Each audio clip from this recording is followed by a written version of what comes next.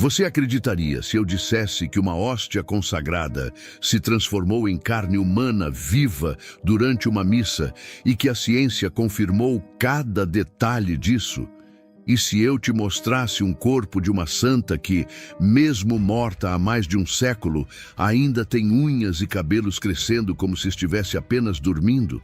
Prepare-se, porque o que você vai ver hoje não é apenas uma história, é um confronto direto entre fé e razão, milagre e ceticismo. E o melhor, tudo com provas que até os cientistas tiveram que reconhecer. Já sentiu aquele frio na espinha? Então deixa o like, se inscreve no canal e comenta aqui embaixo. Você acredita em milagres assim? Ou será que tudo tem uma explicação?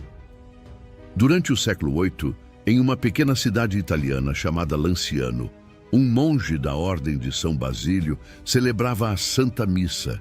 A dúvida invadia seu coração. Ele, mesmo consagrado, começou a questionar a real presença de Cristo na Eucaristia.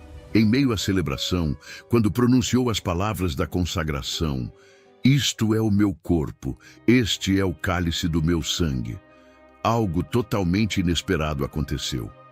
A hóstia que segurava em suas mãos começou a se transformar diante dos olhos de todos os presentes. Ela tornou-se carne viva. O vinho no cálice coagula-se instantaneamente, transformando-se em sangue visível e espesso. O monge, em choque, mal conseguia continuar a cerimônia, e os fiéis presentes ficaram igualmente atônitos. A notícia se espalhou pela cidade rapidamente. A pequena igreja de São Legonziano, onde ocorreu o milagre, tornou-se ponto de peregrinação. Os fragmentos de carne e sangue foram conservados com o máximo de zelo. Mas o que mais impressiona é que, ao longo dos séculos, esses elementos não se corromperam.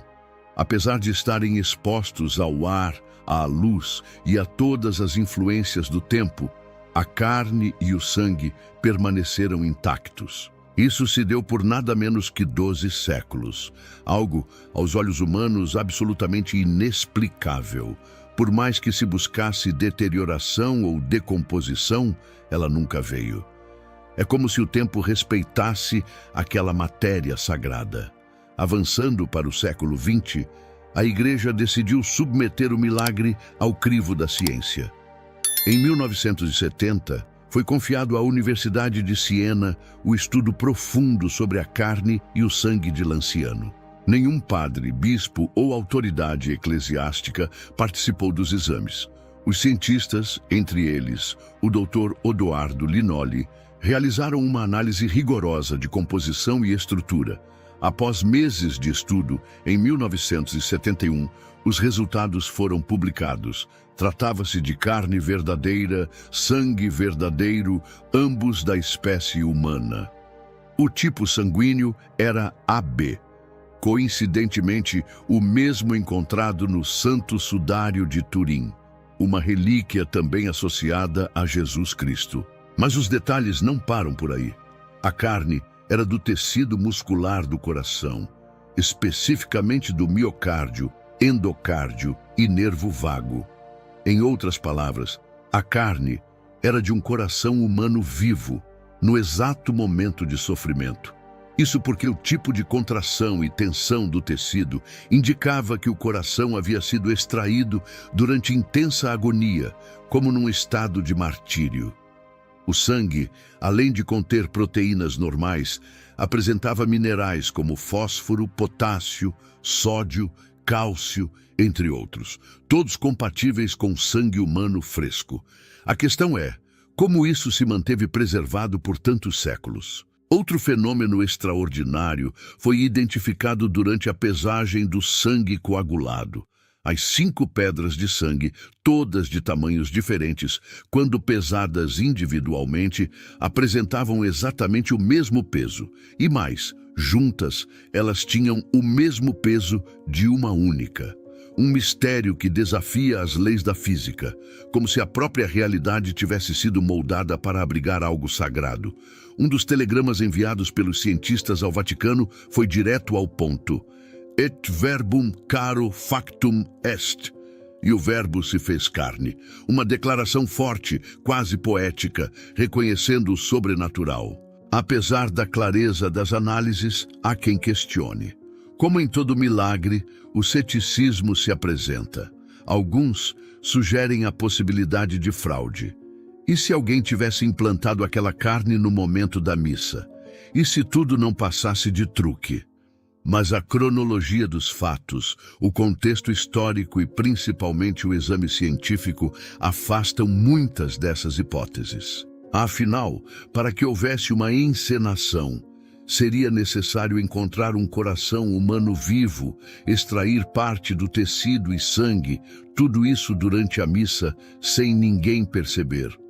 E mesmo que isso fosse feito, como explicar a conservação perfeita por séculos, sem nenhum tipo de preservativo químico? Outros sugerem que seria necessário repetir os exames em laboratórios independentes, de diferentes origens religiosas, para eliminar qualquer suspeita de viés. Uma medida que, do ponto de vista da ética científica, é compreensível.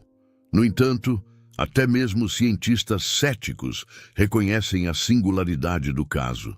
O professor Linoli e sua equipe deixaram claro: os resultados foram obtidos com rigor técnico e controle absoluto. Não há manipulação, nem indício de fraude. Apenas fatos que desafiam a lógica e a ciência. E isso não termina aqui. Há um outro tipo de milagre, ainda mais desconcertante, que envolve não apenas elementos da Eucaristia, mas o corpo humano inteiro. A história dos corpos incorruptos começa com uma observação desconcertante.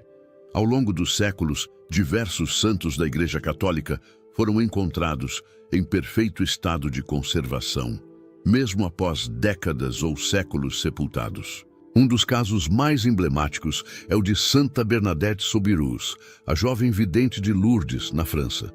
Nascida em 1844, Bernadette teve visões da Virgem Maria em 1858, com apenas 14 anos. Viveu em simplicidade e fé profunda até sua morte em 1879.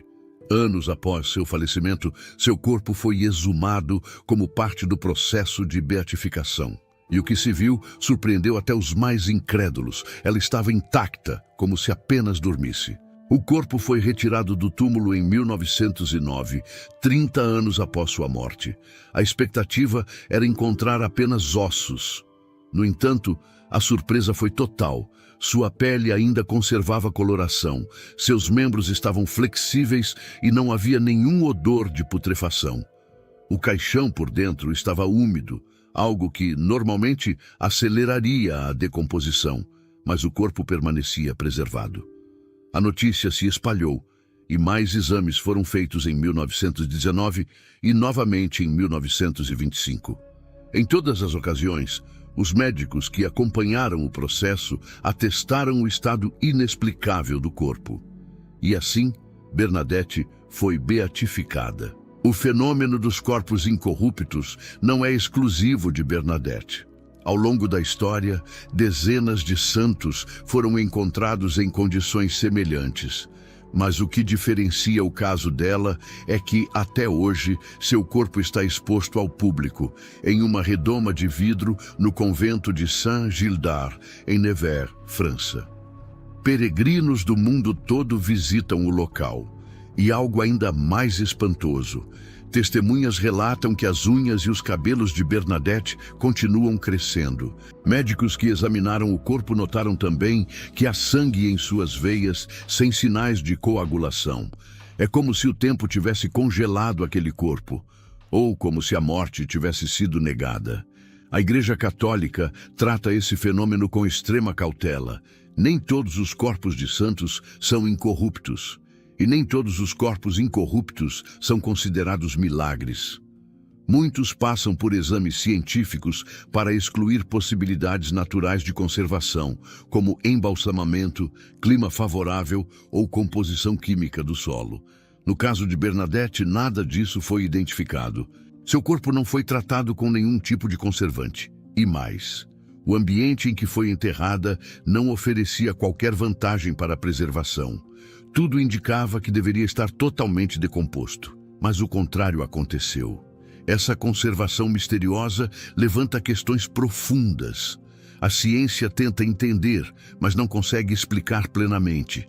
E o mais intrigante é que Bernadette não é uma exceção isolada. Casos semelhantes envolvem santos como São João Maria Vianney, Santa Catarina Labouré e São Padre Pio. Todos eles apresentaram sinais de incorruptibilidade, em maior ou menor grau. Mas o de Bernadette é o mais completo e visualmente impactante. O rosto, as mãos, o corpo inteiro repousam como se apenas aguardassem o momento de acordar. Um testemunho silencioso de algo que transcende o natural. Ao contrário do que muitos pensam, a Igreja não usa esses fenômenos como prova oficial de santidade. A canonização se baseia em virtudes heróicas e geralmente na ocorrência de milagres atribuídos à intercessão do candidato. Mas quando um corpo é encontrado incorrupto, isso se torna um sinal, uma pista de que há algo além do ordinário. Não é necessário crer para reconhecer o mistério, basta olhar. A ciência médica pode investigar tecidos, células, causas possíveis, mas até hoje, nos casos mais emblemáticos, não há resposta definitiva. Algo permanece fora do alcance das fórmulas e dos bisturis. Esse tipo de milagre desperta tanto encanto quanto dúvida. Alguns tentam encontrar explicações alternativas, como processos naturais raríssimos ou mesmo possíveis fraudes históricas.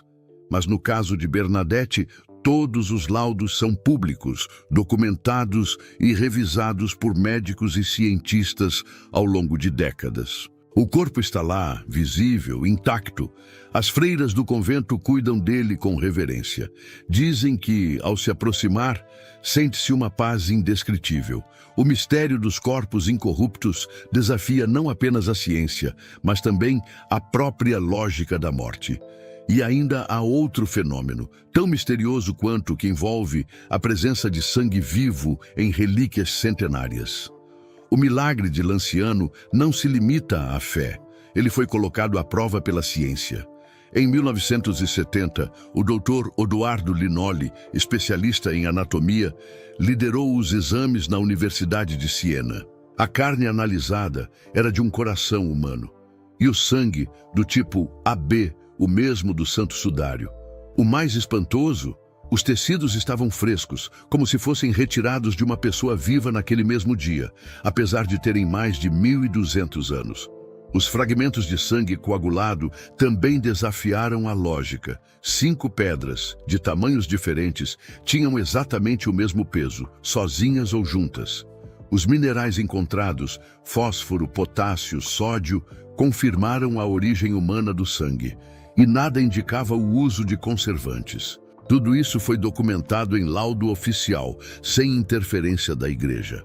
O resultado foi tão claro que os cientistas enviaram ao Vaticano a famosa frase "Et verbum caro factum est". Mesmo assim, céticos questionam, sugerem truques, fraudes ou a necessidade de novas análises por laboratórios independentes. Mas como alguém poderia esconder um pedaço de coração humano durante uma missa e ainda conservar isso por mais de 1000 anos? Sem embalsamamento, sem resfriamento? A hipótese da fraude, diante dos dados, parece mais forçada que o próprio milagre. A ciência admite, não há explicação para a conservação natural desses elementos por tanto tempo. É um fenômeno sem paralelo. Não estamos falando de fé cega, mas de um fato documentado que desafia as leis conhecidas. O desconforto vem justamente daí.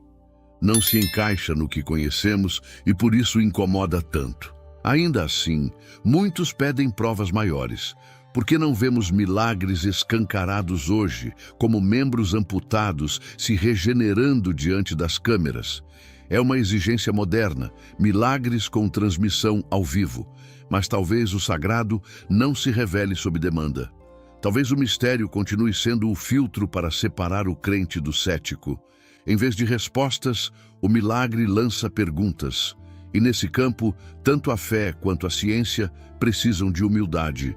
mas os sinais continuam, visíveis, reais, preservados. E entre esses sinais, alguns tomam forma na figura de santos que, mesmo mortos, continuam vivos. Os milagres relacionados aos santos e às aparições marianas estão entre os fenômenos mais misteriosos e documentados da fé católica. Um dos casos mais marcantes é o de Lourdes, na França, onde, em 1858, a jovem Bernadette Soubirous teve diversas visões da Virgem Maria. A partir dessas aparições, surgiu uma fonte de água considerada milagrosa, que até hoje atrai milhões de peregrinos em busca de cura. Mais de 70 curas foram reconhecidas oficialmente pela Igreja após rigorosas investigações médicas. E centenas de outras continuam sendo estudadas por médicos que muitas vezes se declaram perplexos com a recuperação de pacientes sem explicação. Mas não são apenas as curas que impressionam. Em muitos casos, as aparições trazem mensagens profundas e até advertências sobre o futuro. Em Fátima, Portugal, por exemplo, 3 crianças relataram ter visto Nossa Senhora diversas vezes em 1917. A mais famosa dessas aparições culminou com o chamado Milagre do Sol, presenciado por cerca de 70 mil pessoas, inclusive jornalistas e ateus. O Sol teria girado no céu, emitido luzes coloridas e descido sobre a multidão antes de retornar à posição normal. Apesar de ter sido observado a olho nu por milhares de pessoas, o fenômeno não foi detectado por nenhum observatório astronômico. E isso ainda intriga os cientistas até hoje. Voltando ao caso de Bernadette, não apenas suas visões são consideradas sobrenaturais. Após sua morte, como vimos, seu corpo permaneceu intacto, o que já é por si só um milagre reconhecido. Mas há mais. Até hoje, suas unhas e cabelos continuam crescendo e o sangue em suas veias não coagula. O corpo repousa como se estivesse apenas dormindo em exposição pública. E ao lado dessa imagem silenciosa, milhares de fiéis afirmam sentir uma presença espiritual profunda. Um mistério que perdura por mais de um século. Outros santos, como Padre Pio, também apresentam relatos impressionantes. Durante sua vida, ele teve os estigmas, as marcas da crucificação de Cristo, nas mãos, pés e lado. Essas feridas sangravam, exalavam perfume e nunca cicatrizavam. Médicos e cientistas tentaram entender, mas não encontraram causas naturais. Padre Pio também relatava bilocações, estar em 2 lugares ao mesmo tempo, e tinha o dom da leitura das almas. Após sua morte, seu corpo também permaneceu surpreendentemente preservado por décadas. Tudo isso registrado e testemunhado por milhares de pessoas ao longo dos anos. A Igreja não aprova facilmente qualquer milagre. Existem comissões médicas, teológicas e científicas envolvidas em cada caso. Por isso, quando um milagre é oficialmente reconhecido, há um processo extenso e detalhado por trás. Mesmo assim, há quem questione. Por que os milagres não são mais espetaculares? Por que não vemos membros se regenerando, cegos enxergando instantaneamente ou paralíticos levantando em plena transmissão ao vivo? A resposta pode estar no próprio modo como Deus se revela, através do sutil, do inesperado e não da imposição. Talvez o maior desafio dos milagres não seja explicá-los, mas aceitá-los. Eles não foram feitos para provar nada a quem já decidiu não crer, mas para revelar algo a quem busca com o coração aberto. E embora a ciência possa buscar respostas, há limites que ela ainda não ultrapassa. Limites que os milagres parecem cruzar com uma naturalidade desconcertante. E a cada nova aparição, a cada novo corpo incorrupto, a pergunta volta: e se tudo isso for mesmo verdade? Depois de tudo isso fica a pergunta: você ainda acredita que milagres são apenas invenções para consolar os fracos? Ou será que existe algo muito maior, real e misterioso, acontecendo diante dos nossos olhos, e poucos estão prestando atenção. O corpo que não se corrompe, a hóstia que se transforma em carne viva, o sangue que desafia as leis da biologia, os testemunhos que a ciência não consegue explicar. Tudo isso nos convida a um novo olhar. E se for verdade? E se Deus estiver se revelando através desses sinais, esperando apenas que alguém decida prestar atenção? A verdade é que, ao conhecer esses relatos, você não sai o mesmo. Algo se move dentro de nós. Talvez um incômodo, talvez uma curiosidade, ou até uma vontade de se aproximar de Deus. E agora eu te pergunto, o que você vai fazer com tudo isso que descobriu hoje? Vai deixar passar como mais uma curiosidade de internet ou vai buscar um encontro mais profundo com o sagrado? Escreve aqui nos comentários. Qual desses milagres mais te impactou? Você já presenciou algo parecido? Se você quer continuar aprendendo sobre milagres, santos e os grandes mistérios da fé, se inscreve no canal agora mesmo e ativa as notificações. Aqui você vai descobrir histórias que não se ouvem nos púlpitos, mas que carregam a força de 1000 sermões. E lembre-se, quando Deus se manifesta, nem a ciência consegue calar. A fé não é cegueira, é visão além do visível.